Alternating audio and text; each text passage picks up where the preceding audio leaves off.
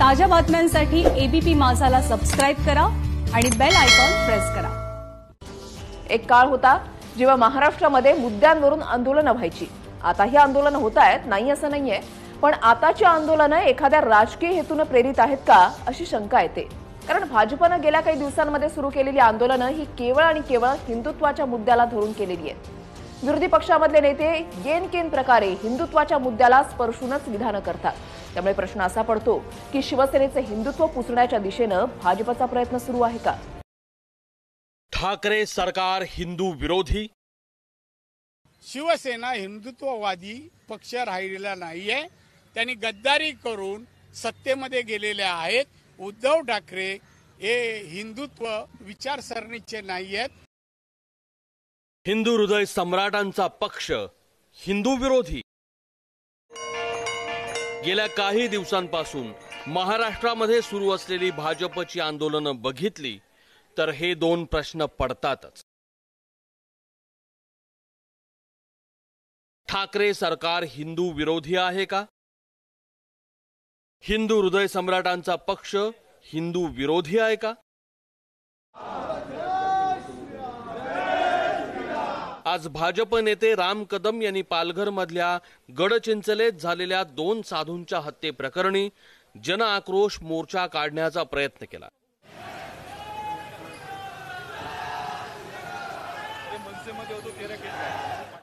पोलिसांनी हा प्रयत्न रोखला असला तरी राम कदमांनी हे सरकार हिंदू विरोधी आहे हे अधोरेखित करण्याचा प्रयत्न केला। पालघर साधू हत्याकांडाला 212 दिवस झाले आणि हा 212 दिवसाच्या नंतर सुद्धा त्या हत्याकांडामध्ये अजूनही न्याय मिळालेला नाही। समस्त देशामधले सगळे साधू आजही संतप्त आहेत, क्रोधित आहेत। न्याय मिळावा अशी त्याची मागणी आहे। भाजपची या आधीची आंदोलनं बघा।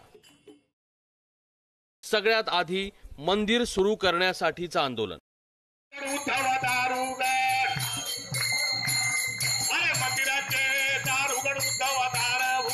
राज्यभरात भाजप नेत्यांनी मंदिरांसमोर आंदोलनं केली।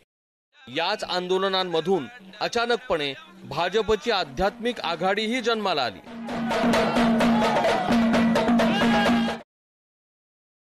छठ पूजेला बंदी। ठाकरे सरकारनं छठ पूजेला बंदी घातली आणि भाजप नेत्यांनी या निर्णयालाही हिंदू विरोधी ठरवलं। राज्य सरकार आणि शिवसेनेची सत्ता असलेली मुंबई महानगरपालिका हिंदू समाजाच्या विरोधातलं काम करतायत की काय अशा प्रकारची शंका येण्यास वाव आहे आणि त्यामुळे महानगरपालिकेच्या आणि सरकारच्या या निर्णयाचा भारतीय जनता पार्टी तीव्र निषेध करते। देवेंद्र फडणवीस यांचं ट्विट। कालच बाळासाहेबांच्या स्मृतिदिनी देवेंद्र फडणवीस यांनी केलेलं ट्विटही सूचक होतं। बाळासाहेब कसे हिंदुत्ववादी आणि पक्क्या विचारांचे होते हे देवेंद्र यांनी सांगितलं। त्यात हिंदुत्व, हिंदुत्ववादी आणि हिंदू हृदय सम्राट याच शब्दांचा भरणा होता। धर्मनिरपेक्ष पक्षाच्या वळचणीला जाऊन बसलेल्या एका प्रकार हिंदुत्ववादी पक्षाची घुसमट होत असल्याची टीका भारतीय जनता पार्टीने अनेक वेळा केलेली आहे।